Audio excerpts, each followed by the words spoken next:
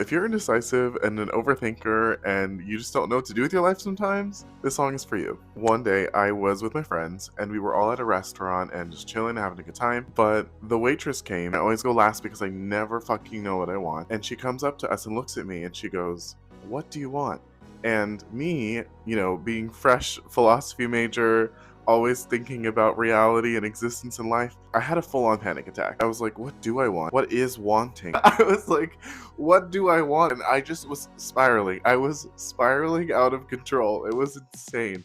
And I just remember my friends collectively looking over at me like, David, she asks you what you want to eat. Like, what do you want? And I was just like, okay, I'll get this. That day, I was like, I have to write about this experience. Like, it was so debilitating. I just remember it was such a visceral reaction to that question. I guess I was just thinking about things so much. So I went home and I wrote, "Is anybody there?" And it's basically just about that. And yeah, it's just all about the questions and the indecisiveness and stuff that I go through and not being able to trust myself and things like that. So yeah, that's what the song's about. And the philosophy of the song, it goes also into existentialism, which we went over in the first video. If you want to learn more about existentialism, you can go back to episode 1 for Only I Get Sad, I think it was. I kind of explained some of it there, but we'll go over a different aspect of existentialism in this one. Like, my perspective of it is similar to that of Jean-Paul Sartre or Kierkegaard. And with Kierkegaard, he said that freedom is like a dizziness,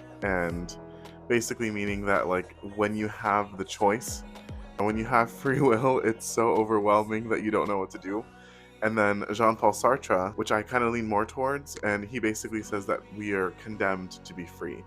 Basically what it means is, what he's saying is that once we know that we have the ability to choose, we cannot escape the responsibility that we have of choosing. And some people are so overwhelmed by choice that that's where the concept of willful ignorance comes in. There are actually 5 movies off the top of my head that are perfect examples of this.